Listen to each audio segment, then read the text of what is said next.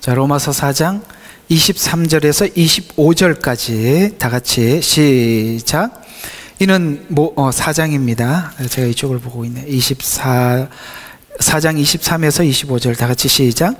이제 그에게 의로 여겨졌다고 기록된 것은 아브라함만을 위한 것이 아니요 의롭다고 여김을 받을 우리들 때문이기도 하니 곧 우리 주 주를 죽은 자로부터 살리신 그분을 믿는 자들이라. 예수께서는 우리를 범죄함을 인하여 들여주셨고 우리를 의롭게 하심을 위하여 다시 일으켜졌느니라. 아멘. 자, 앉으시면 됩니다. 예. 자, 오늘은 우리가 좀 살다가 보면 이런 사람들을 만나게 되죠. 우리가 성경에서 말씀하고 있는 대로 믿음을 따라가는 자들과 같은 성경을 보고 있지만 전혀 다른 시각에서 보고 있는 사람들을 우리가 만나게 됩니다. 예를 들면 이런 이야기가 될 수가 있는데, 우리가 이제 믿음이라는 단어는 같은 단어를 쓰고, 그 다음에 소망이라는 단어도 같은 단어를 쓰고, 사랑이라는 단어를 같이 쓰죠. 고린도전서 13장에 보면 기독교의 가장 핵심되는 단어들이 믿음과 소망과 사랑, 이런 이야기들입니다. 근데 이 믿음이라는 말을 같이 사용을 하면서 그 믿음을 설명을 할 때 들어보면 전혀 다른 형태의 믿음을 말하기도 하고, 또 소망을 이야기하면 끝지점 아니겠어요? 소망은 어떤 바라는 것의 마지막 지점이라고 보는 것인데, 그 소망이라는 소망을 얘기를 해보면 우리는 주님이 다시 오셔서 그분과 함께 영원히 살 그 나라를 생각하고 있는데, 또 어떤 사람들은 이 소망이 우리가 가지고 있는 소망이 아닌 전혀 다른 형태의 소망을 이야기를 하더라는 것이죠. 또 사랑이라는 부분도 어떻게 좀 다르냐면은, 우리는 기본적으로 사랑 그러면 하나님과 우리 사이에 있는 관계 안에서 사랑을 생각하고 그런 이야기를 하지 않습니까? 그런데 이상하게 어떤 사람들은 이 사랑이 저 가난하고 소외된 사람들을 향한 사랑이라고 이야기를 하죠. 물론 그것이 사랑 아니라는 것은 아닙니다만, 우리는 그들을 사랑하지 않는다는 이야기는 아니죠. 어떤 사랑이냐면, 우리가 하나님을 사랑하는 사랑 안에서 그런 이웃을 그렇게 생각하는 사랑인데, 우리는 그 사람들은 일반적으로 하나님을 사랑하는 사랑이 아니라 그냥 이웃을 향해서 그냥 곧바로 가버리는 사랑이잖아요.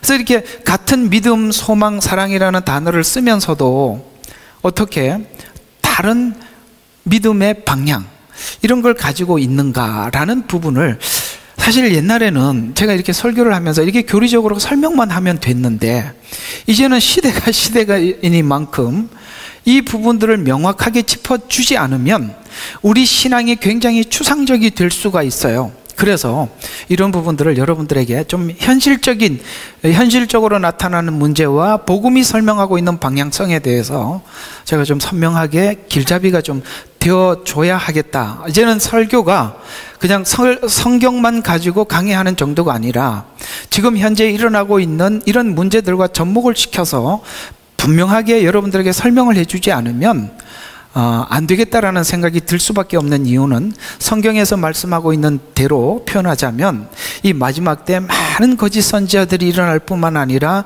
많은 사람들이 그로 인해서 많은 미혹을 당하게 될 것이라는 하나님의 이 경고를 우리가 생각을 해보면, 이런 이야기들을 우리가 그냥 넘겨짚을 이야기가 아니라 아주 세밀하게 성경과 연결을 해서 여러분들에게 말씀을 드려야 되겠다라는 생각이 들어서 오늘 이 본문을 통해서 믿음이 성경적 믿음이 아닌 믿음이라고 하는데, 그 사람들이 이야기하고 있는 믿음은 믿음이 아니라 신념이에요.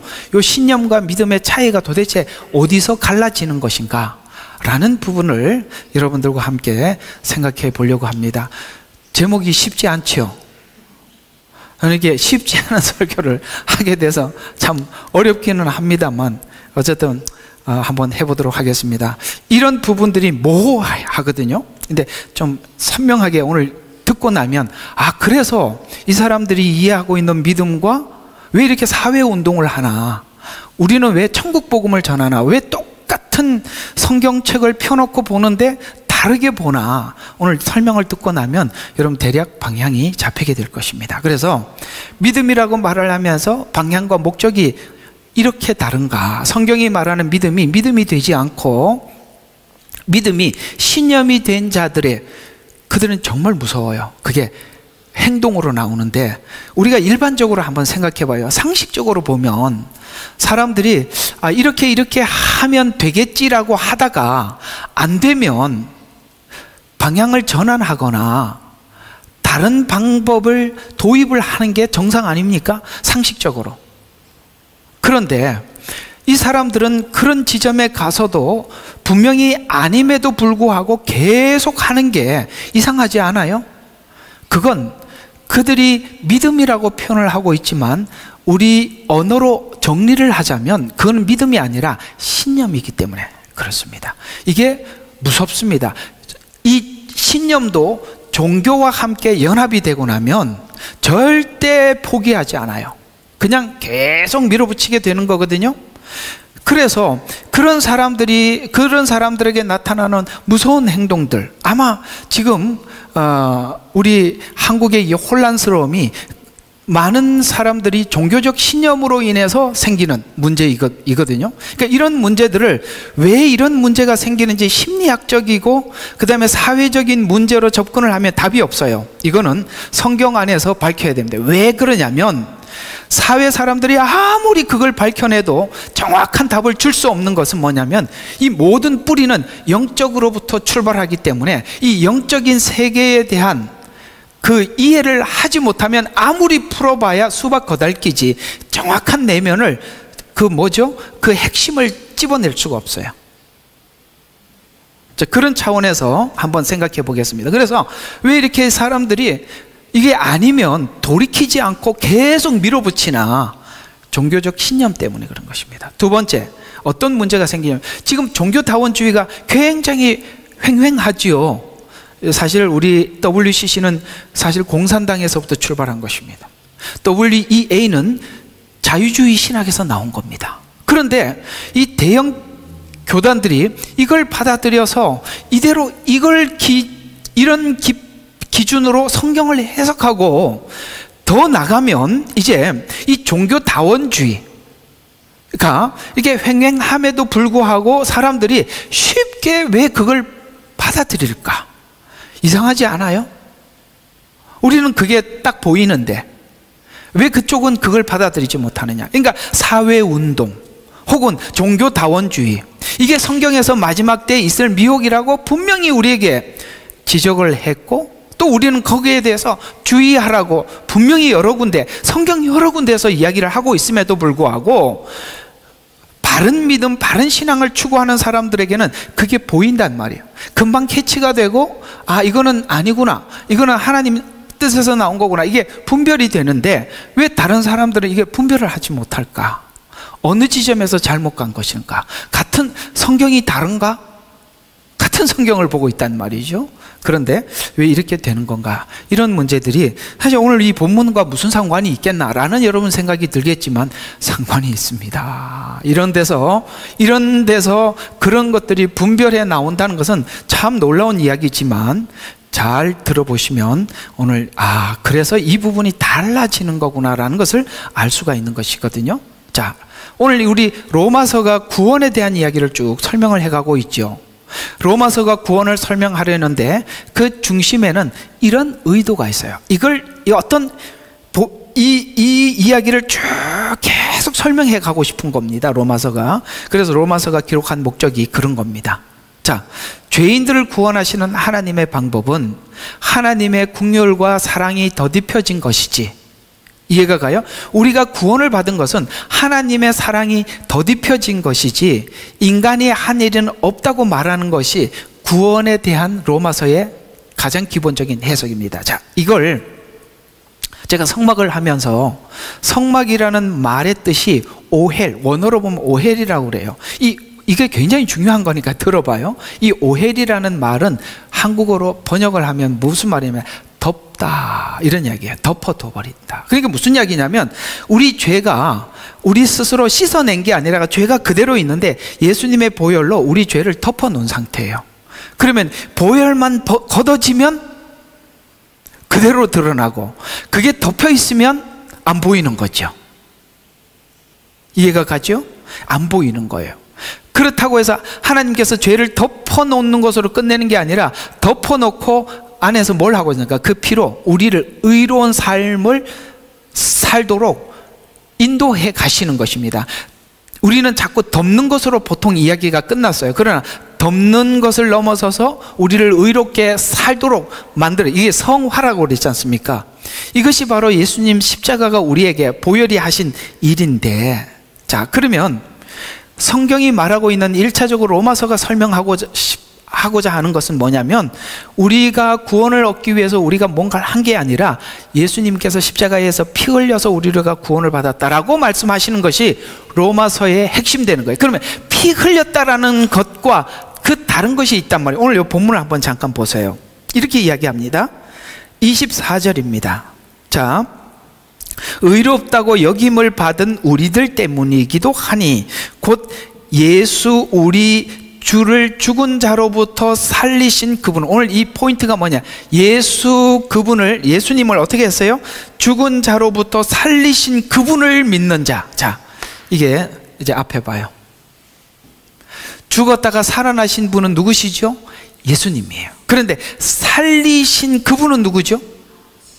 하나님이죠. 이게 지금 무슨 이야기를 하고 있는 거냐면은, 예수님은 우리 죄를 위해서 죽으셨어요. 그 다음에 우리를 의롭다 하기 위해서 다시 살아났어요. 그런데 이 일을 예수님께서 십자가에 죽으실 때 뭐라고 하나님 앞에 기도하고 죽으셨습니까? 아버지여, 내 영혼을 아버지께 부탁하나이다. 왜요? 예수님도 우리와 같은 육신을 입고 오셨기 때문에 스스로 살아날 수가 없었어요. 그래서 자기를 하나님께 맡기셨어요. 그런데 죽고 난 이후에 하나님이 살리셨대. 그래서 죽으시고 살리신 뭐라고? 그분이라고 이야기하고 있어요. 그러면 우리는 예수를 믿지만 누구를 믿는 겁니까? 예수를 살리신 하나님을 믿는 거잖아요. 그분을 믿는 거잖아요. 정리가 되셨어요? 그러니까 예수를 믿는 건 맞아요. 예수님은 항상 그런 말씀을 하셨어요. 나는 그분, 아버지께서 나를 보내서 왔고, 나는 그분의 말을 하고 있고, 나를 본 자는 아버지를 보았고, 이게 요한복음 이야기들이지 않습니까? 그렇잖아요. 우리가 예수를 믿습니다. 그러나 예수의 무엇을 믿어요? 예수님을 살리신 하나님을 믿는 것입니다. 자, 여기에서 우리가 갈라지는 거예요. 이게 뭔 소리 하려고 그러냐? 이게 함정은 미궁으로 끌어넣나? 미궁으로 쑥 들어가서 다시 나옵시다. 그래서 이게 바로 로마서 해석인데, 자, 본문은 구원을 받는 믿음의 내용이 무엇인가를 이렇게 설명하고 있어요. 의롭다고 확증해 준 내용이 무엇인가를 설명해 주고 있는데, 오늘 24절에 보니까 죽은 자로부터 살리신 그분을 믿는 자들이라고 말씀하고 있는 이것이 24절에서 전하는 말씀은 신자들이 구원 얻는 믿음의 구원의 핵심이 되는 내용이 예수님의 죽음과 부활 사건이 우리 믿음의 핵심이라는 거죠. 이게 제일 중요한 거예요. 그러니까 교회는 예수님에 관한 이야기를 하는데 끊임없이 오늘은 부활 이야기, 내일은 뭐죠? 십자가 이야기, 그 다음에 그 다음 날은 주님이 왜 올라가셔서 승천하셔서 우리를 위해서 기도하시는 이야기, 그 다음에 우리를 데리러 오실 예수님을 이야기하는 거, 이 이야기가 끊임없이 반복돼야 돼요. 무한 반복. 교회가 없어질 때까지. 이게 우리의 믿음의 전부라는 거예요. 이 이야기를 우리가 전해 들을 때 뭐가 생기는 거냐? 믿음이 생기는 거예요. 어떤 믿음이 생기느냐? 우리를 다시 데리러 오실 예수님을 기다리는 믿음. 이게 원래 성경이 말씀하고 있는 믿음이거든요. 그러니까 이 이야기가 어느 쪽으로 가느냐? 죽은 자를 살리는 능력이 사회를 개선하고, 이해가 가요?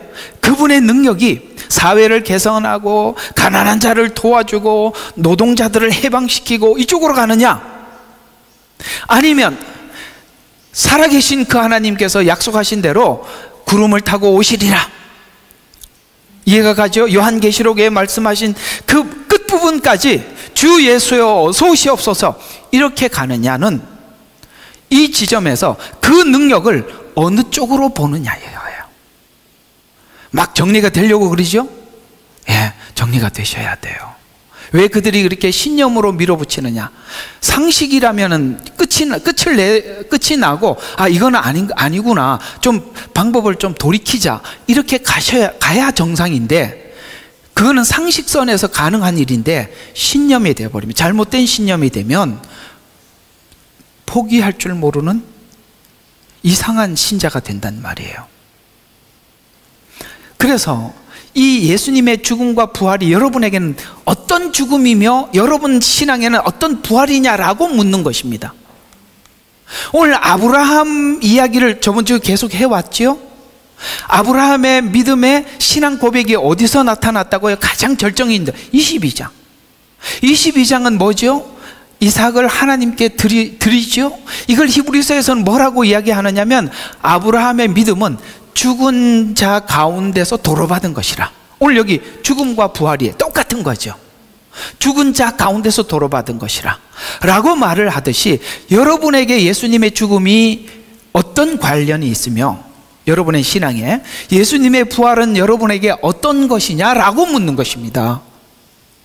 이것이 여러분의 죄와 연관이 없이 여러분들이 죄를 위해서 죽으시고 우리를 의롭다 하기 위해서 살아나신 이쪽에서 우리 신앙이 여기서부터 전부 다 번복이 돼서 나올 때 진짜 신앙이 되는 것이지, 이것이 없이 다른 방향으로 그냥 지식이 돼버리면, 그래서 우리는 예수님을 믿는 모든 사람들에게 감격이 있고 감동이 있고 은혜가 있는 거죠. 어떤 은혜가 있죠?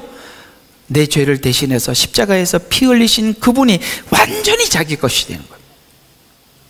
그 다음에 나를 위해서 의롭다고 부활하신 그분이 우리에게 완전한 소망이 되죠. 그것이 우리 모든 신앙의 기초가 되고 뿌리가 되고 밑거름이 되고, 이해가 가시죠? 기초가 되는 것입니다. 이렇게 가지 않으면, 죄 문제와 엮여 있지 않은 상태에서 지식이 돼버리면 아주 위험해진다는 거예요. 자, 그 믿음의 내용이 24절에 보니까 내가 믿는 하나님은 우리 주를 죽은 자들로부터 살리신 그분을 믿는 자라고 말하는 그분은 바로 하나님이신데, 이 말이 뜻하는 것은 하나님을 이해하고 믿는다는 고백이 예수님의 죽음과 부활이 분명히 있었던 사건임을 믿는 믿음에 근거하지 않고 믿는다고 하는 표현은 틀린 표현이라는 거예요. 내 개인적인 죄 문제와 연관이 없이 다른 길로 가버리면 하나님이라는 하나님의 그 어떤 신도 할 수 없었던 죽은 자를 살리신 이 능력이 다른 형태로 이해가 되기 시작하면 무서운 것입니다. 기독교 이외에 다른 종교들은 그것이 신화에 불과하기 때문에 하다가 보면 분명히 아닌 것을 이해하고 한계를 느끼게 되지만, 이 기독교적 신앙이 잘못 아까처럼 신념으로 가게 되면 정말 위험하고 무서운 거예요.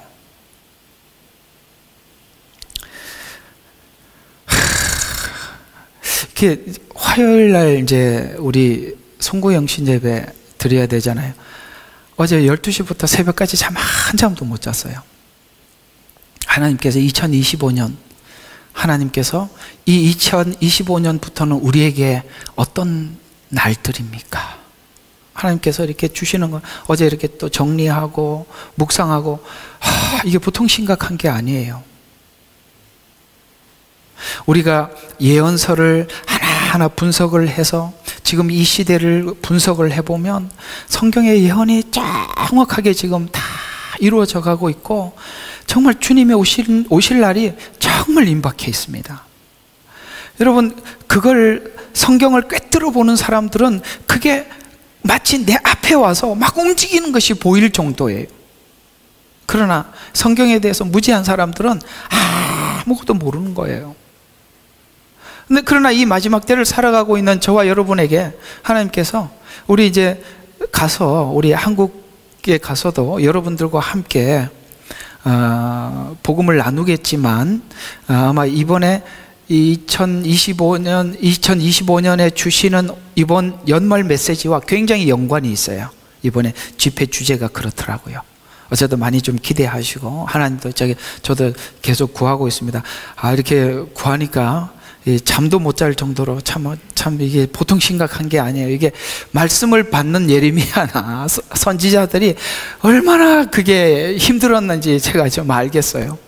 어쨌든 우리가 이 예수님 십자가 사건과 부활이 나하고 깊은 연관, 매일매일 그게 그 연관이 없는 상태로 가면은 이거는 하나님의 능력만 믿는, 그걸 붙잡는 신념에 불과하고, 그 십자가와 부활이 내 죄와 연관이 있으면 정말 겸손하는, 하나님 앞에 우리가 정말 그 말할 수 없는, 그 은혜 받은 사람만이 아는 그 방향으로 전혀 다른 길로 간다는 것을 말해주고 있는 것입니다. 왜 이것이 중요하냐면은 저번 주에 여러분들에게 한번 나누었던 이야기 중에서 우리가 신학이라는 부분을 한번 나누어 드렸을 것입니다.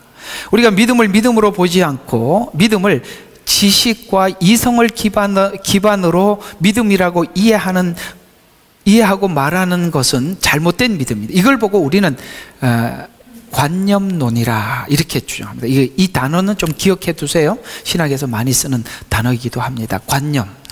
관념론이라고 하는데요, 이 관념론으로 믿으면 하나님을 인격자라고 믿는다 하더라도, 자, 이게 무슨 말이냐면 아까 죄를 용서하신 하나님의 은혜를 우리가 그렇게 믿는 정상적인 믿음을 가지게 되면 이 은혜가 하나님의 성품으로, 하나님의 그 사랑이 많으신 사랑의 성품 때문에 내가 구원을 받았다는 걸 알게 되고, 하나님은 사랑하시는 그 하나님이 얼마나 공의로운 줄을 알기 때문에 그 사랑과 공의의 성품이 내 안에서 묻어서 산단 말이에요. 아까 신념이 돼버리면 하나님은 인격자라고 말을 하면서도 그 사람의 신앙에는 인격의 형태로는 어떤 것도 나타나지 않는다는 거예요. 이상하죠? 여러분, 그런 사람 본 적이 있으면 빨리 이해가 되고, 안 본 적이 없으면 무슨 소리야 라고 하지만, 이제 제 얘기를 듣고 나가서 사람들을 대해보면 이분은 정말 십자가와 부활이 자기 죄 안에서 주님을 만난 주님의 인격을 가지고 있구나. 그래서 그 사람의 언어, 삶과 행동 안에 뭐가 항상 묻어나옵니까? 하나님의 사랑이 묻어나오고, 그 다음에 하나님의 말씀이 공의로운 질서 속에서 묻어나오고, 이런 게 나와요. 그런데 이쪽은요, 무자비합니다. 무슨 말이냐면 신앙이 인격화가 되지 않는다는 거예요. 신앙이 인격화가 되면 야고보서, 네가 믿음이 있다고 말을 하느냐? 그러면은 행함으로 네 믿음을 보여라는 이 행함은 하나님의 사랑과 인격이 묻어나오는 것을 이야기하는 것입니다. 여러분은 어떠세요? 여러분들은 이렇게 주님을 만나고 이렇게 주님을 이해하고 계십니까? 그러면 분명히 야고보서가 말씀하시는 대로 우리는 하나님의 그 사랑과 하나님의 공의가 내 안에서 분명히 살아 숨쉬는 것을 내가 느끼고 타인도 보게 될 것입니다. 그래서 관념론으로 믿으면 하나님을 인격자라고 믿는다 하더라도 그들이 말하는 하나님이 성경에서 말하는 하나님의 인격으로 이해되지 않기 때문에, 하나님의 인격은 두 가지가 나오죠. 사랑과 공의의 인격으로 나타나는데, 관념론적 믿음은 신앙생활에서 사랑, 타인을 향해서 그 사랑이라는 관점, 그 다음에 공의는, 자, 이걸 보세요. 사랑과 공의가 있는데 일반적으로 인간은 자기 자신에게서는 사랑을 사랑으로 적용을 하지만 타인에게는 냉정한 공의를 잣대를 대죠. 그렇죠? 웃는 사람들은 보통 아 맞아 그랬어, 그죠? 자기다 엄청나게 관용되죠. 그러니까 자기는 아 나는 그럴 수밖에 없어. 나는 그렇게 자라왔잖아. 내가 이만큼 양보했잖아. 뭐 이런 게 있어요. 그래서 자기는 자기 자신에게 무한한 사랑으로 적용을 하지만 타인에게는 아주 냉정하게 공의로 잣대를 대지요. 그러나 하나님의 인격을 갖게 되면 반대가 됩니다. 자기 자신은 죄에 대해서 아주 냉정하게 자기 자신에 대해서 질책을 합니다. 그러나 타인에 대해서는 우리가 할 수 있는 대로 최대한 사랑을 적용을 하고 너그럽게 대하지요. 이게 바로 아까 말씀드린 것처럼 십자가와 부활 안에서 어느 방향으로 가느냐에 따라서 이쪽은 매우 무서운 사람이 되어가는 겁니다. 공의가 신념이 돼요. 신앙이 돼요. 얼마나 무섭습니까? 절대 다른 사람의 용서는 1도 없습니다. 이렇게 되더라라는 것입니다. 신앙이 관념적인 신앙이 되면 비인격적 신앙을 가지게 됩니다. 그래서 그의 신앙은 분명히 형식적이에요. 종교 행위들은 형식적이에요. 그 다음에 이중적이 되는 것입니다. 특히 관념론인 이 믿음을 가진 자들에게 나타나는 증상이 예수님이 구원자지만 예수님을 찾아가는 여러 방식들, 왜냐하면 신의 능력만 요구하기 때문에 여러 방식들, 예를 들어서 종교다원주의에 대해서 쉽게 허락을, 왜? 무슨 신이라도 좋아. 이걸 해줄 수 있는 신이면 부처도 좋고 마호멧도 좋고 예수님도 좋아. 그 이상하잖아요. 지금 현재 이게 종교다원주의적 설교를 하고 종교다원주의적 설명을 해도 사람들이 별로 화들짝 놀라지도 않고 거부하지도 않아요. 왜? 바로 이런 형태로 믿음이 심어져 가면, 관념이 돼버리면 이런 문제에 대해서 별로 심각하게 여기지 않는다 이 말이에요. 그러나 저와 여러분에게는 예수 그리스도의 그 복음, 예수님 자체가 우리에게는 전부이기 때문에 이런 거는 절대로 용납할 수가 없는 거잖아요. 이게 마지막 때 미혹이에요. 왜 이 마지막 때 이 많은 미혹 앞에 왜 사람들이 분별을 못하나? 관념론적이에요. 예수님이 이런 말씀 하시잖아요. 오셔서 내가 피리를 불어도 사람이 춤추지 않고, 그렇죠? 그 다음에 장사를 지내다 울어도, 그렇죠? 사람이 이제 장사를 지낼 때 그렇게 노래를 부르고 사람들이 거기에 울지도 않는, 이건 뭐냐면 감각이 없는 거예요.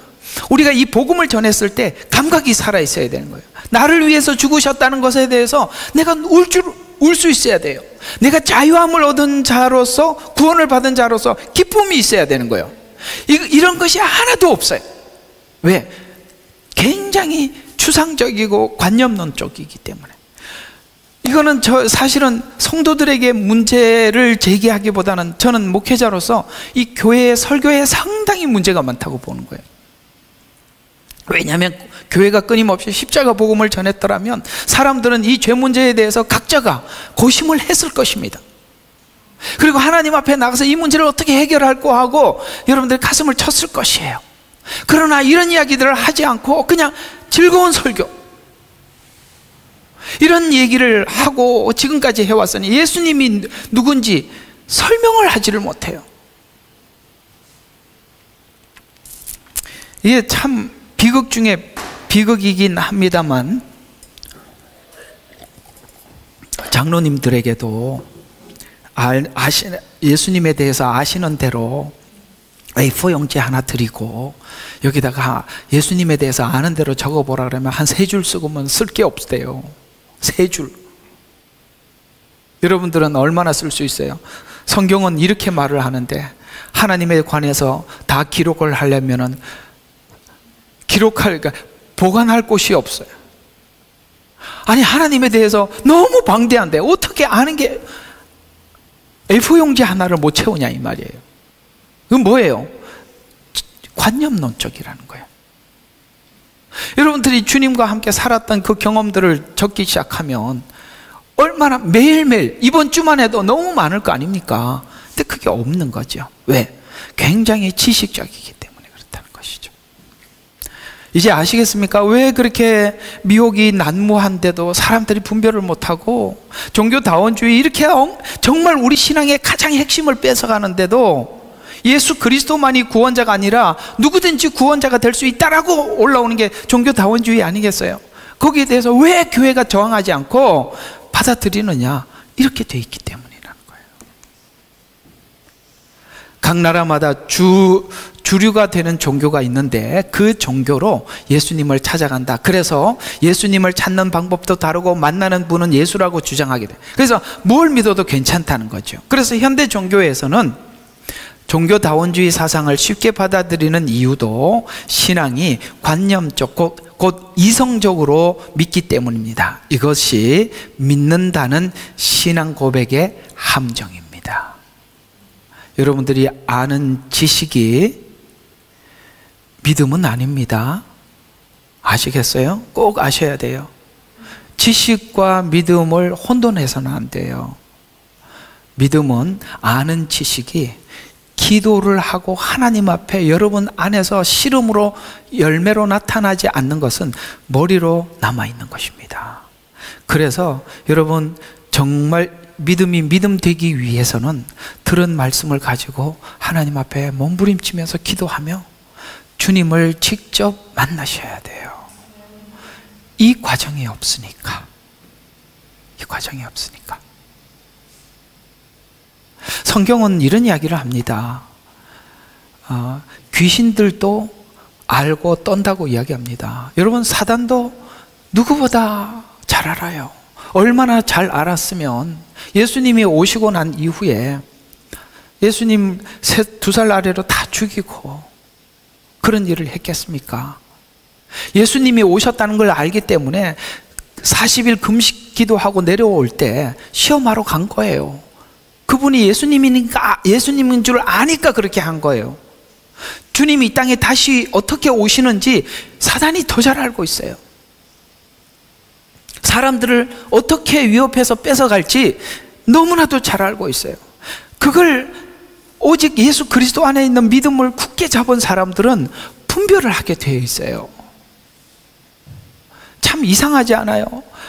저는 이 예언서를 쭉 훑어보면 정말 오늘 주님이 오셔서 우리를 데리고 가도 이상하지 않을 만큼 정말 우리 앞에 주님이 오실 날이 임박해 있어요. 근데 이걸 외치지도 않아요. 감각도 없어요. 어디 문제라고요? 이 문제라고요. 이들이 주장하는 사랑은 인간의 무지를 하나님께서는 용납하시고, 여러분, 인간의 무지를 용납하는 게 아니라 하나님은 계시를 통해서 우리 무지를 깨워놨는데 왜 무지를 용납하는 거로, 당신이 하나님에 대해서 모르는 건 당연하다, 이렇게 그냥 닫아버렸단 말이에요. 얼마나 속상한 일이에요. 이렇게 얘기하고 끝냈다니까요. 우리는 하나님을 알 수가 없으니까 무시한 건 당연해. 근데 여러분, 성경의 로마서에서 뭐라고 말했죠? 무지한 시대에서는 하나님이 용납하셨으나 지금은 아니라는 거예요. 왜? 2000년 전에 왔다 갔잖아요. 그래서 인간의 무지를 용납하고 여러 종교나 양심을 따라, 그냥 몰라도 돼. 이 말은 무슨 말이냐? 하나님을 몰라도 돼. 그냥 어떤 종교를 믿든지, 아니면 그 사람이 종교가 없더라도 양심을 따라서 하나님을 이게 종교다원주의가 우리에게 속이는 속임수라 이 말이에요. 양심을 따라서 하나님을 만날 수 있고 천국에 갈 수 있다고 믿는 자들이다. 여기까지 사람들이 속게 되는 거예요. 왜? 지금까지 그렇게 가르쳐놨거든. 속임을 당한 비참함은, 이는 오직 구원의 길을 제시한 성육신의 사랑과 십자가의 죽음의 죄사함과 부활로 사망의 권세를 이기신 오직 한 길을 인정하지 않는 불신을 그대로, 오직 주 예수 그리스도만이 우리의 구원자라는 것에 대해서 불신을 그대로 표현한 종교다원주의를 받아들이는, 그거는 불신앙을 그대로 하나님 앞에 고백한 표현의 말입니다. 기독교가 가르치는 복음의 핵심인 성육신, 부활이나 기적을 인정하지 않고, 기독교에서 말하는 하나님의 은혜는 인간의 선과 의를 구분하기 위한 신화적인 표현이라고 믿는 자들입니다. 이 이 문제를 생각해 보면 본래, 자, 우리가 인간이 무지해서 하나님을 무조건 모른다. No. 성경은 뭐라고 말을 하느냐? 우리 이야기 가지고 우리끼리 합의 보지 말고 이 문제를 성경은 어떻게 다루고 있나 보자 이 말이에요. 그러면 성경에서 말하기를 본래 인간은 하나님을 알 수 없는 존재였다고 말을 하고 있어요. 맞아요. 그런데 그래서 이성을 기준으로 하나님을 묘사한 종교는 모두가 기독교에서 말하는 하나님이 아니라는 거예요. 모른다. 모르는 상태이기 때문에 마음대로 짜집기 하고 마음대로 편집을 해도 서로 모르는 사람이 만들었고 모르는 사람이 들으니 여기에 뭐가 있겠어요? 이거 뭐 알아듣지 못하는 표정을 지으면 안 되는데. 알아듣지요? 자기도 모르는 사람이 이성적으로 해놨어. 모르는 사람끼리 서로 그렇게 합시다 한 거야. 이렇게 됐다 이 말이에요. 그래서 이성으로 기준으로 하나님을 묘사한 종교는 모두 기독교가 말하는 하나님이 아니라는 거예요. 그래서 여러분들이 일반 서적이나 신학 서적을 보지 말고 성경만 보라 이 말이에요. 그게 훨씬 낫다는 말이에요. 신학교는 신학을 가르치지 말고 성경만 가르치면 되는 거예요. 그래서 어두운 상태에서 어둡게 정리되었기 때문에 당연히 그러나 성경은 이렇게 이야기합니다. 자, 성경대로 우리가 쭉 정리를 해보면 이렇게 돼요. 요한복음 1장 5절에 보면 빛이 어두움에 비치어도 어둠이 깨닫지 못하더라. 여러분, 캄캄한 곳에 제일 먼저 빛이 들어오면 가장 먼저 드러나는 거예요. 그죠? 어두운 곳에 빛이 들어오면 누구나 가장 먼저 찾아낼 수밖에 없는 게 빛인데 어두운 곳에 빛이 왔는데 사람들이 빛이 왔는 줄도 몰라. 예수님이 오셨는데 아무도 몰라봤다 이 말이거든요. 그러면은 딱 한 가지죠. 장님이시. 이 사람은 눈을 뜨나 감으나 똑같죠. 그렇죠. 그러니까 원래 캄캄한데 자기도 장님이야. 그래서 원래 이렇게 사는 줄 알았어. 근데 빛이 왔어. 근데 어두움은 알아. 근데 나는 몰라. 왜? 나는 장님이니까. 이렇게 되는 거예요. 요한복음이 그렇게 출발을 해요. 무슨 말이냐? 요한복음은 예수님은 하나님이시라는 이야기예요. 신성에 대한 메시지를 담은 거거든. 나는 누구다, 나는 누구다 이런 말이 계속 나온단 말이에요. 근데 인간은 하나님을 알아보지 못한다 라는 말로 요한복음 출발을 해요. 그러면 어떻게 되느냐? 자, 이렇게 이야기해요. 9절에 보면 세상으로 들어오는 모든 사람들에게 비치는 참빛이 있었으나 그가 세상에 계셨고 세상이 그에게 의하여 지은 바 되었으나 세상은 그를 알지 못하더라. 아까는 깨닫지 못하더라. 지금은 알지 못하더라. 이렇게 나와요. 인간은 알지 못하는 상태이지만 하나님은 충만한 상태에서 오셨어요. 왜냐하면 14절에 보니까 그 말씀이 육신이 되어 우리 가운데 거하심으로 실제 그분이 왔을 때는 부족함이 없이 왔다니까. 완벽하게 왔다는 거예요. 우리가 그 영광을 보니 이상하죠. 아까 못 본다 그랬단 말이에요. 근데 그분이 왔는데 요한복음은 뭐라고 소개하느냐면 그 영광을 보니까 아버지 독생자의 영광으로, 그러니까 하나님의 영광이 전부 다 있더라는 거예요. 예수님 안에 은혜와 진리가 충만하다. 은혜는 뭡니까? 우리 죄를 용서하고도 남는, 이 인류 전체를 용서하고도 남는 은혜가 충만하고 이것이 우리에게는 아무 하자가 없더라는 거야. 이해하고 내가 내 죄가 십자가 안에서 용서가 됐구나라는 이 진리가 아무 하자가 없다니까. 은혜도 충만하고 진리도 충만한 거예요. 여기 아무 하자가 없어요. 완벽한 분이 그분이에요. 하나님의 영광으로 와 있었어요. 그러면 이걸 우리가 보려면 아까 왔는데 못 봤다 그러잖아. 이거 딱 한 가지만 하면 되죠. 뭐죠? 눈만 뜨면 되는 거야. 간단해요. 그죠? 이게 계시라는 거야. 아까 말씀드린 것처럼 사람들이 계시 곧 예수님을 보지 못하고 사람들이 정리하는 거는 전부 다 관념론이에요. 예수님을 만난 사람이 설명하는 게 진짜다 이 말이에요. 사실은 이게 목사님들이 제 설교를 듣는 분들도 좀 있는 걸로 알고 있습니다만 사실은 이 목회자들이 주님을 만나지도 못한 분들이 목회하는 분들이 너무 많습니다. 신학교 교수들요, 예수 안 믿는 사람은 진짜 많습니다. 예수를 안 믿어요. 그래요. 강사 목사님들이 체불할 때 신학교 교수들 세놓고 예수를 믿으라고 막 야단을 쳐요. 참 이상하죠. 예수님을 믿는 중에 진짜 잘 믿는 분들이 목사들을 양성하는 교수 아닙니까? 스승 아닙니까? 근데 그 사람들이 이성적으로 가르치는, 근데 가르치는데 너무 기가 막히는 거야. 아주 논리적으로 이성이니까 너무 정확해. 그러나 그가 말하는 이야기 속에는 그게 없다는 거예요. 자기가 만난 예수가 없다는 거예요. 설교자들도 설교를 들어보면 저분이 정말 주님을 만나고 말을 하는구나, 저분이 진짜 만난 적이 없고 책을 보고 설명하는구나, 들어보면 알아요. 그렇다 이 말이에요. 분명히 우리는 주님을 만나고 보면 하나님의 영광이 예수님 안에 보여요. 근데 그 영광이 두 가지로 뚜렷이 나타나요. 우리 모든 죄를 용서하고도 남는 은혜가 있고, 이것에 대해서 하자가 없어요. 진리라 이 말이에요. 그래서 충만하더라 라고 이야기하면서, 즉 죽은 인간이 하나님을 알게 된 것은 오직 예수님 오심으로만이 우리가 알게 된 것인데, 그래서 18절에 계속 이렇게 풀어가고 있어요. 아무도 어느 때나 하나님을 본 사람이 없지만 하나님께서는 하나님을 보여주기 위해서 하나님 품 안에 계신 독생자 그가 하나님을 분명히 밝히셨느니라. 계속 따라다니던 도마가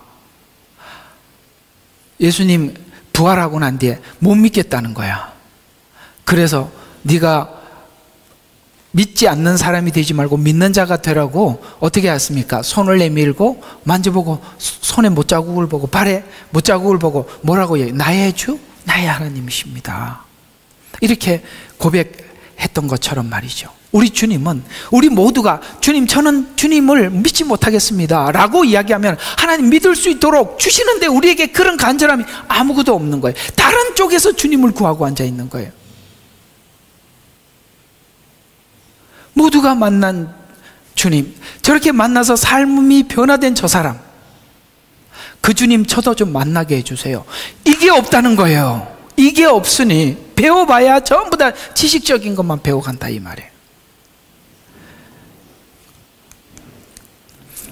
예수님의 빛을 투과하지 않고는 하나님을 알거나 찾을 수가 없어요. 다른 말로 예수님을 알기 위해서는 아까 말한 것처럼 우리가 장님이기 때문에 계시적 은혜가 아니고는 하나님을 발견할 수가 없어요. 그럼 우리가 하나님이 잘 보이지 않으면 우리가 하나님 앞에 구할 게 뭐겠어요? 하나님 저의 눈을 열어주세요. 그래서 성경에서 그런 이야기를 하는 거예요. 막 사람들이 뭐 간증을 하라 그러니까 성경적인 간증이 뭐냐면 딱 이게 간증의 전부예요. 나 전에는 봉사였는데 지금은 눈을 떴습니다. 그래서 예수님이 보여요. 그밖에 아무것도 할 얘기가 없다고. 우리 신앙의 간증이 전부라니까요. 나 옛날에 예수님 몰랐어. 근데 지금은 예수님을 알아. 그 사이에 주님이 내 눈을 열어주셨어요. 나 지금 보여. 그게 끝이에요. 사실 우리가 하나님 앞에 진짜 가슴을 치고 한탄해야 될 안타까움이 뭐냐면 이걸 하나님 앞에 아무도 구하지 않는다는 거예요. 하나님 돈 필요해요. 건강 주세요. 나 이게 필요해요. 저거 필요해요. 아까 말한 하나님의 죽은 자를 살리신 하나님의 능력만 구하지, 그것이 나에게 무엇이냐라는 것에 대한 질문을 아무도 하죠. 그분은 죄 때문에 오셨고 내 죄 때문에 오셨고 죄 때문에 죽으셨는데 거기에 대해서는 아무런 감동이 없다는 거죠. 계시. 하나님이 안 주셔서 안 열리는 게 아니라 구하지 않고 관심이 없다는 거예요. 이해가 가세요? 그 얘기입니다. 그렇게 신앙이 된 사람들이 신념이 되면 얼마나 무서운지 이제 상상이 가시죠. 그들이 왜 종교적인지, 왜 믿음을 가지고 그렇게 하는지. 무서운 거예요. 그게요, 차라리 불신자들은 교회 와서 양육을 하면 빨라. 잘못된 방향을 보는 사람들은 그 방향을 바꾸는 것만 해도 너무 힘든 거예요.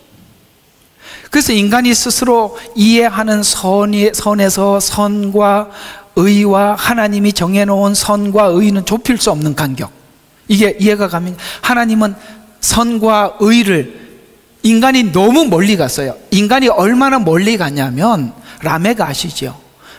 여러 여자들을 거느리고 사람도 함부로 죽이기도 하고, 그랬더니 나중에는 팔짱 끼고, 야, 봤지? 가인 죽였을 때 하나님이 가만히 안 둔다고. 그 사람 7배나 하는데 나한테 뭐라 그러면 하나님 70배 벌 줄 거야. 요 짓이나 하고. 인간이 그렇게 악하다 이 말이에요. 그렇게 악해져 있는 이 시대에 하나님께서는 이스라엘을 선택하셔서 모세에게 율법을 주시고, 율법과 인간이 가지고 있는 선과 악을 대조해 보면 정확히 뭐가 다르냐면, 하나님이 말하는 선은 전부 다 인간이 악으로 바꿔놓고, 하나님이 말하는 선은, 이게 둘 하면 항상 헷갈려.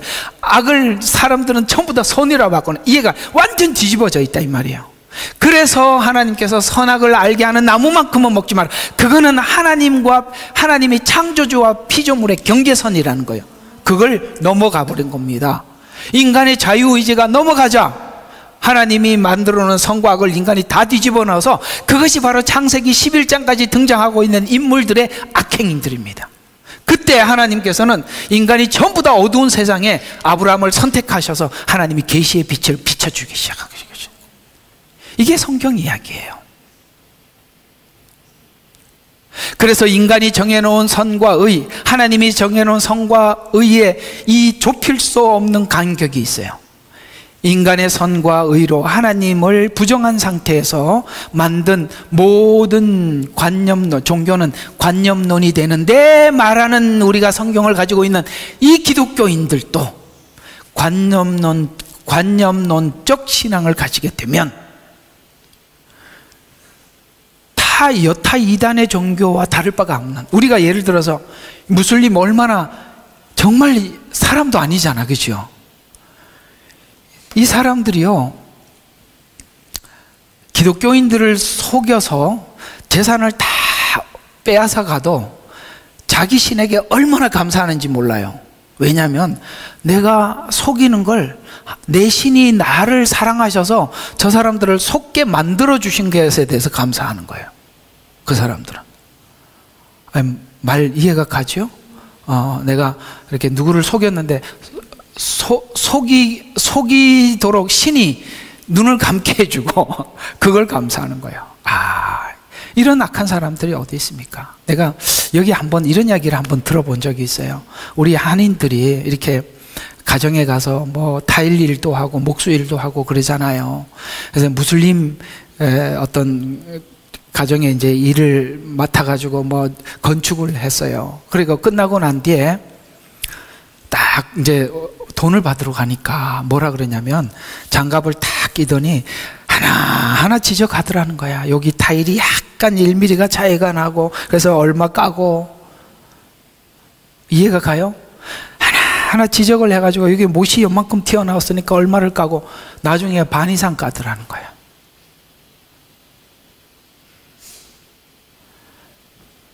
자기들은 그게 축복이라고 생각을 하는 거예요.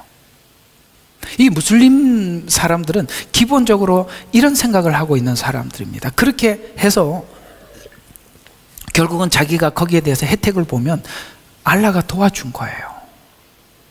특히 기독교인들에게 그렇게 하는 것은 자기들한테 엄청나게 복이에요.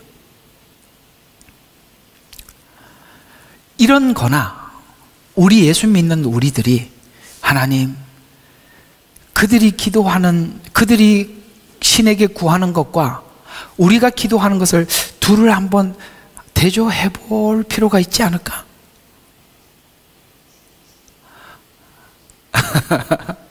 별 차이 없어 보이지 않으세요?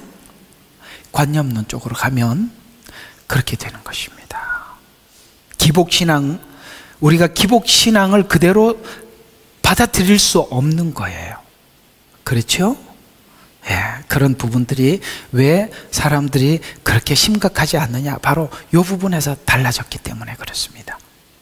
실체를 믿는 믿음이 아니라 자기 관념 속에 갇힌 하나님이 돼서, 이런 걸 보고 우리는 흔히 말하는 내가 복음이 되는 것이지, 성경이 말하는 마태, 마가, 누가복음, 요한복음이 아니라 이 말이에요. 전부 다 자기가 정리해 놓은 자기 믿음이 되는 것입니다. 그러면 신앙이 인격적이 될 수도 없고, 아까 얘기한 것처럼 인격적이 될 수도 없고, 하나님을 믿는 자가 나름대로 정해놓은 자기가 그러니까 힘, 하나님의 힘, 그 다음에 선, 의, 이런 것이 되어서 그렇게 믿는 자들의 신념이 종교화돼서 세상 사람들보다 더 무서운 믿음이라는 이름으로 파괴자가 되는 것입니다. 여러분, 이거 그냥 제 견해가 아니니까 성경 흐름이 그래요. 정말 잘 생각해 주시고, 지금 왜 이렇게 믿음을 가졌는데 왜 이렇게 다른가? 왜 다른 방식인가? 이걸 여러분들 이 자리에서부터, 이것으로부터 저희들이 여러분 접근해 들어가셔서 정리를 해 두셔야 되는 것입니다. 그래야 분별이 돼요. 자신이 선과 의의 권위자라고 믿어요. 점점 그게 신념이 강해지면 내가 말하는 게 모든 것이 선이라는 거예요. 자기가 거기다가 어떤 지위까지 얻으면,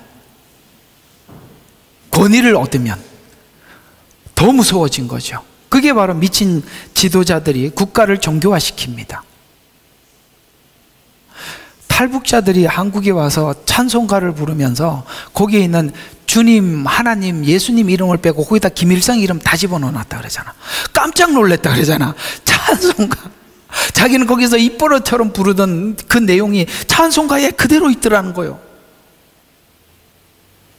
여러분, 이렇게 무서운 겁니다. 선과 의를 자기가 정하고 그게 권위까지 더해지고 나면 이렇게 무섭게 되는 것입니다. 북한이나 중동 무슬림 종교 지도자들이 그런 생각을 가지고 있는 것입니다.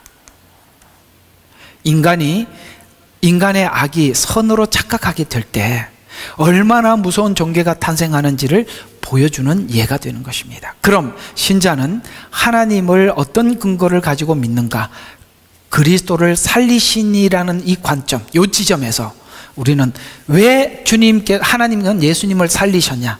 왜 살리죠? 나를 의롭게 하기 위해서. 이 부분에 대한 이해가 저쪽은 전혀 없다 이 말이에요. 나를 의롭게 하기 위해서 살려주셔요. 내 죄를 대신해서는 죽으셨어요. 그러니까 우리는 예수님 안에 들어가면 내 죄를 대신해서 죽으신 주님 앞에 내 죄가 용서가 되고, 예수 안에 있으면 나를 의롭게 하기 위해서 살리신 그분의 의가 내 안에 있고, 그러니까 우리는 뭘 할 수가 있냐면 내 죄를 가지고 예수님 앞에 마음껏 뛰어 들어가게 돼 있어요. 뛰어 들어가서 내 지난날 삶의 방식을 다 뒤집어 엎어버리고 그리스도 안에서 새로운 삶을 기대하는 것입니다. 이게 그리스도인들이 지금 가장 하나님 앞에 구하는, 몸부림치는 기도 제목이죠. 그리스도를 살리신이라는 관점을 모르면 하나님을 잘못 이해하는 것입니다. 본문에 믿음의 근거를 제시하는 그리스도를 살리신 그것이 무엇인가 하면 25절에 보니까 예수님께서는 우리의 범죄함을 위해서 드려지셨고, 이 죽으심이죠. 이 부분에 대한 이야기가 우리는 성경적으로 선명한 거예요. 이게 선명하냐? 그러니까 이런 잘못된 신념을 가진 사람들은 24절과 25절이 의미가 없어. 우리에게는 이게 전부인데, 그래서 범죄함을 위해서 드려지셨고 우리를 의롭게 하기 위해서 다시 일으켜졌느니라 라고 선언을 하고 5장으로 넘어가는 겁니다. 여기까지가 복음에 대한 설명의 끝이에요. 5장부터는 어떤 이야기가 나오느냐? 이제 5장부터 할 얘기가 엄청 많아져요. 길어지는데 우리는 이제 여기서 의롭게 되었어요. 그래서 우리가 하나님, 이제 5장에서는 딱 들어가서 어떻게 되느냐면, 네가 예수와 연합했느냐, 하나가 됐느냐, 죄가 용서받았느냐, 의롭게 됐느냐라고 딱 하고 5장 1절에 딱 바로 그러므로 우리가 믿음으로 의롭게 되었대요. 그 다음에 뭐라고 이야기합니까? 우리 주 예수 그리스도를 통하여 하나님과 화평을 갖느니라. 이제는 관심이 어디로 가는 겁니까? 하나님과 더 가까워지는 데로 가는 것입니다. 그래서 신앙은 관계로 가는 거예요.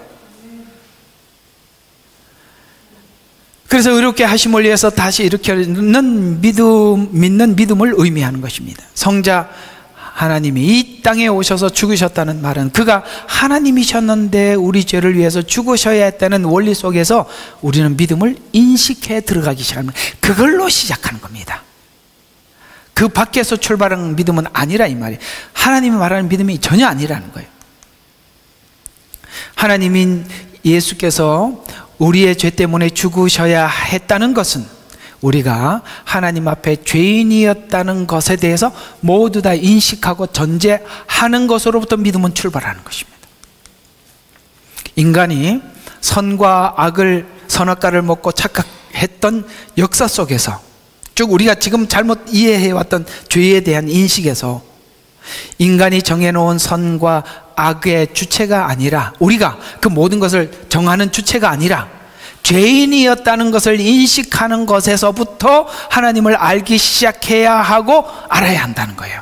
바로 이 지점에서 우리가 이 지점을 지나가서 예수를 믿느냐, 이 지점을 지나지 않고 성경을 신념으로 믿느냐에 대해서 우리는 전혀 다른 사람인데, 안타깝게도 이 지점을 지나가서 예수를 믿는 사람이 극소수라는 것은, 이건 교회가 지금까지 너무나도 큰 잘못을 저질러 왔다는 것입니다.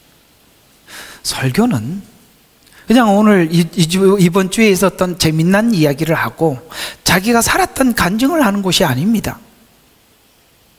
교회를 왜 세우셨습니까? 오늘 이런 사람들을 불러 모아서 죄로부터 용서함을 받고 하나님 앞에 의를 얻으며 영원한 소망을 향해서 살도록 그 설명을 끊임없이, 그걸 여러분들에게 전달하기 위해서 주님 교회를 세우신 거예요. 왜냐하면 이 복음이 전해지는 곳에는 음부의 권세가 이길 수가 없어요. 사망이 이길 수가 없는 것입니다. 이 복음은 생명을 전하는 복음이에요. 이 생명의 복음은 시시껄렁한 자기 인생, 자기 간증을 하는 곳이 아니라 예수 그리스도께서 왜 죽으셨는지, 무엇 때문에 부활하셨는지, 어떻게 다시 오실지 모두에게 정확한 마지막 지점을 찍어주고 우리가 오늘 어떻게 살아야 할지를 설명해 주기 위해서 교회를 세우셨다 이 말이에요. 그래서 죄인이라는 것을 인식하는 것에서 하나님을 알기 시작해야 하고 알아야 한다는 것입니다. 이것이 성경과 하나님을 이해하는 시각으로 전제되어야 한다는 것입니다. 하나님 앞에 심판밖에 없는 인간이라는 것에서 하나님을 인식하지 않고는 우리가 접근해서 풀어온 모든 것들은 다 틀린 것이다 이 말이에요.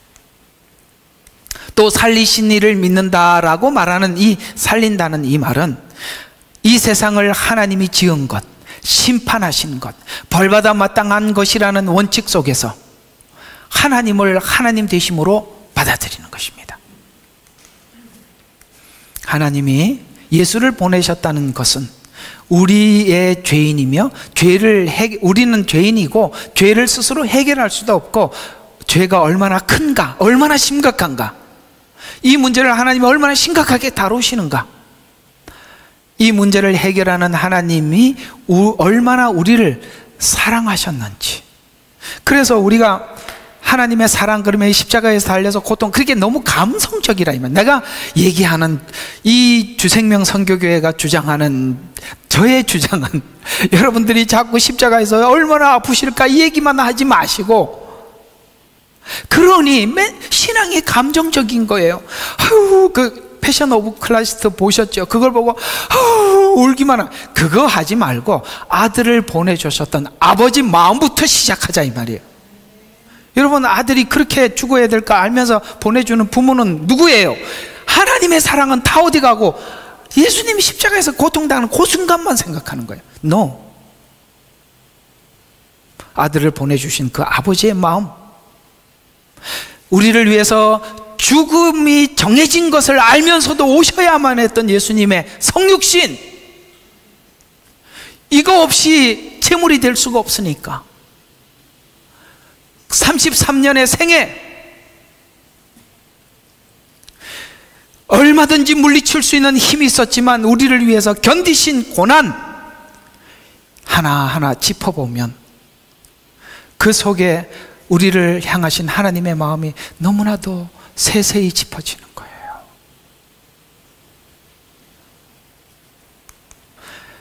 이런 이해 없이 알고 있는 신앙들은 정말 수박 거달깁니다. 이 사실 앞에서 시작되는 믿음인데, 이 사실을 인정하기 때문에 성도는 회개와 만남으로 시작하는 것입니다. 그래서 성도가 가장 많이 쓰는 단어가 회개라는 단어를 쓰는 것입니다. 그래서 주님이 오셔서 가장 먼저 외친 것이 회개하라 천국이 가까웠다 라고 외친 것입니다. 하나님을 만났을 때 다른 것을 대신할 수 없는 성도가 느끼는 감정이 회개입니다. 깜짝 놀라죠. 우리 주님 만났을 때 얼마나 놀랐습니까? 이것이 하나님을 인식하는데 가장 가까이 붙어 있는 감각입니다. 이것을 빼고 하나님을 논하는 것은 오늘 여기 성경은 기독교가 아니다, 그건 의가 아니다 라고 사장에서 못을 받고 있는 것입니다. 오늘 질문은 당신이 믿는 하나님은 그런 하나님을 믿는가 라고 질문을 하고 있는 것입니다. 예수를 보내지 않으면 죽을 수밖에 없는 나를 예수를 통해서 구원하셨다, 이런 차원에서 하나님을 이해하는 것, 그것이 네가 눈을 뜬 것이고 출발하는 지점에 서 있는 거고 방향을 제대로 잡고 가는 것이다.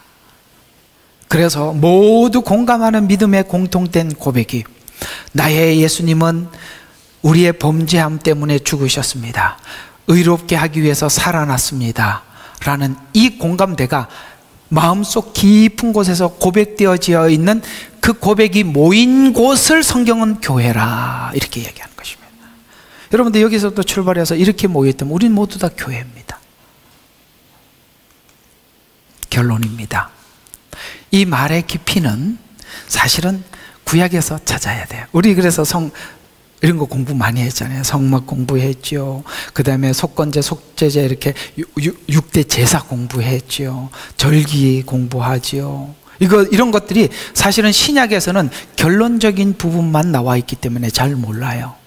구약으로 가보면 예수님이 오셔서 십자가에 죽으신 과정이 뭔지를 제사를 통해서 잘 설명을 하고 있는 것입니다. 마치 소를 한 마리 잡아와서 하나님 앞에 번제를 드리기 위해서 제사장이 검수를 하듯이 예수님은 무교병, 유월절 어린 양, 무교병이에요. 무교병이 뭐죠? 와서 죄가 있는지 없는지 검수를 해봐요. 흠이 있는지 없는지. 예수님은 흠이 있는지 없는지를 사람들이 찾아요. 죄가 뭔지 한번 찾아보자. 여러분, 이건 죄가 있어서 잡혀온 거예요? 죄가 없어서 온 거예요? 없어서. 그래서 밤중에다 세워놓고 야, 죄를 좀 찾아봐라. 그래도 밤에 재판하는 게 있어요 없어요? 없어요. 밤에 재판, 이게 다 뭡니까? 뒤집어 씌우는 거예요. 우리 죄를 뒤집어 씌우는 거예요. 그래서 흠이 없으면 그 제사를 드리러 온 자가 머리에서 안수를 하면서 귀에다 대고 자기 죄를 다 말해, 다. 그러면은 이 소가 이놈 아주 나쁜 놈이네, 네가 그렇게 죄를 지어서, 이렇게 말하지 않고 짐승이니까 가만히 있어요. 주님은 그러시는 거예요. 우리가 무엇을 구하든지 어떤 죄를 아뢰든지 다 듣고 용서해 주시는 거예요. 그러기 위해서는 예수님은 첫 번째 목을 따고, 목을 땄다는 말은 예수님 생애 속에 자기 목소리를 내지 않았어요. 가장 자기 목소리를 내지 않았던 지점이 어디냐? 겟세마네 기도입니다. 겟세마네 기도에서 자기 목소리를 내지만 끝에 가서 뭐라고 말씀하셨죠? 내 뜻대로 마옵시고 아버지 뜻대로 하옵소서. 이게 목을 따는 겁니다. 가죽을 벗기고 내장을 끄집어내고, 이런 절차들이 전부 다 십자가에 죽는 죽음의 절차들입니다. 아무 말 없이. 그래서 가만히 생각해 보면 그분이 이걸 해결할 능력이 없어서가 아니라 우리를 위해서 참으신 거예요. 그걸 우리가 생각할 때마다 우리는 무한 하나님 앞에 감사하고, 하나님이 우리에게 뭘 요구하든지 우리는 그저 하나님 앞에 순종하고픈 간절함이 우리 가슴 속에 있는 것입니다. 속죄제와 속건제를 이게 이제 제사를 잘 들으셔야 돼요. 그래서 이해해야 됩니다. 대속죄일에 백성들의 죄를 대신하여 제물을 죽여 피를 가지고 지성소에 들어가야 했던 사건으로 이해를 해야 하는, 그게 십자가의 사건을 그대로 우리에게 설명해 주고 있는 것이니까요. 1년에 한 번씩 속죄제를 드릴 때 속죄 제물을 가지고 들어가야 하는데, 제물에서 가장 중요한 것은 제물의 피. 그래서 구약의 피의 복음이라 그러잖아요. 피인데 그 피는 우리의 죽음을 상징하는 것입니다. 이런 의미에서 예수님의 제사장 직분에서, 상징성에서 예수님의 제물이 완전한 제물이었다는 것을 의미하는데, 완전한 제물이신 예수 그리스도 앞에 이런 신앙 고백을 할 수 있는데, 예수님을 통해 구원하신 하나님만이 우리의 구원자입니다. 이럴 때 종교다원주의가 오면 금방 알아차는 거예요. 주님만이 우리의 구원자. 이게 누구에게도 빼앗을 수 없는, 세상에 내 목숨하고도 바꿀 수 없는 분명한 신앙 고백이에요. 그게 밀려오는데 분별을 못한다고, 이건 가짜로, 엉터리로 배운 거라 이 말이에요. 그래서 우리는 예수님만이 우리의 구원자입니다. 예수님의 대속사역으로 우리를 죄 없다 하시고 부활하신 것이, 이것이 바로 우리 신앙의 전부요, 핵심이고, 이거 빼면 우리 신앙은 아무것도 없는 것이고, 이것이 있으면 전부가 있는 것이라 이 말이에요. 일반 종교인들이 논하는 하나님과 기독교에서 논하는 하나님은 완전히 다른데, 일반 종교는 종교를 관념, 철학, 도덕에서 보지만, 기독교에서는 믿는 믿음은 사실의 근간. 그래서 사실인 십자가 사건을 내 속에 사실로 살아있어서 사실로 살아낸다 이 말이에요. 이게 아니면 죽은 신앙이 되는 거예요. 그래서 우리가 죄인이었고, 그 다음에 죄인 된 우리를 위해서 죽으셨고, 우리를 의롭게 하기 위해서 부활하신 그 사실을 믿는 믿음 위에 우리 신앙의 기초는 딱 짜져 있는 것입니다. 여기까지 아멘이면 그 다음에 5장에 넘어가서 그리스도로 말미암아 의롭게 되었으니, 자 그러면 천국 가자 이 말을 하는 게, 그때부터 훈련하자 이렇게 간다고요. 5장 다음 주부터 할 거. 아이고, 이제 5월 달부터 이제 5장 한번 읽어보자요. 자, 1절부터 시작. 그러므로 우리가 믿음으로 의롭게 되었으니 우리 주 예수 그리스도를 통하여 하나님과 화평을 갖느니라. 또 그분으로 인하여 우리가 서 있는 이 은혜 안에 믿음으로 나아가며 하나님의 영광과 소망 안에서 즐거워하느니라. 이뿐만 아니라 우리가 환난 중에서도 즐거워하나니 환난은 인내를 이루고 인내는 연단을 연단은 소망을 이루는. 자, 연단을 통해서 이루는 소망. 왜죠? 신랑하고 같이 살려고 하는데 신부가 점수가 0 아니야. 그러니 우리를 내면으로 아름답게 단장해야죠. 그게 환난이래요. 왜 우리에게 그게 환난이죠? 생활 방식을 바꿔야 되니까. 다음 주부터. 근데 1절부터 5절이 너무 중요해서 3편을 준비해놨어요. 다음 주부터 우리 5장으로 달려가 보도록 하겠습니다. 자, 기도하고 마치겠습니다. 하나님 아버지 감사합니다. 우리가 십자가 안에서 어우러지지 않는 거기서 뿌리를 내리고 받아들이고 열매 맺지 못하는 출발 자체는 무효라고 말하고 있습니다. 왜 오늘날 이 주님이 다시 오신다는 소식과 함께 다시 오실 그 징조에 대해서 말씀하셨는데 아무도 왜 그토록 여기에 사람들이 소망이 없는가? 많은 그리스도인들이 왜 여기에 관심이 없을까? 보니 오늘 이 본문이 말한 대로 그 십자가 안에서 주님을 만난 만남이 아니라 그저 지식적으로 주님을 알고 있기 때문이라는 것을 알게 되었습니다. 주여, 혹 우리도 그렇게 될까 두렵사오니 주님을 만난 감격, 그 은혜가 우리 마음속에 살아 생동감 있게 움직이게 하옵소서. 예수님 이름으로 기도합니다. 아멘.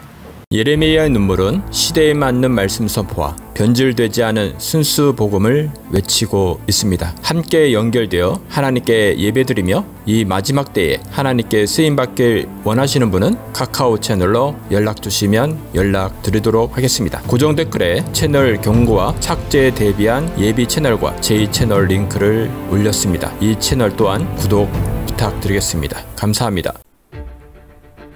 우리는 역사상 가장 중요한 시점을 지나고 있습니다.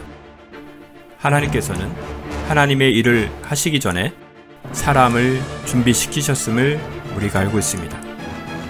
하나님 말씀은 마지막 때의 대추수, 대부흥의 때가 있다고 분명히 예언하고 있습니다. 아멘. 하나님의 말씀이 그대로 성취될 것을 믿습니다. 예레미야 눈물은 잠자는 교회와 영혼을 깨우기 위해 노력하고 있습니다. 이 가슴 뛰는 일에 함께 하길 원하시는 분은 카카오 채널로 연락 주시기 바랍니다. 당신은 위대한 하나님의 사람입니다.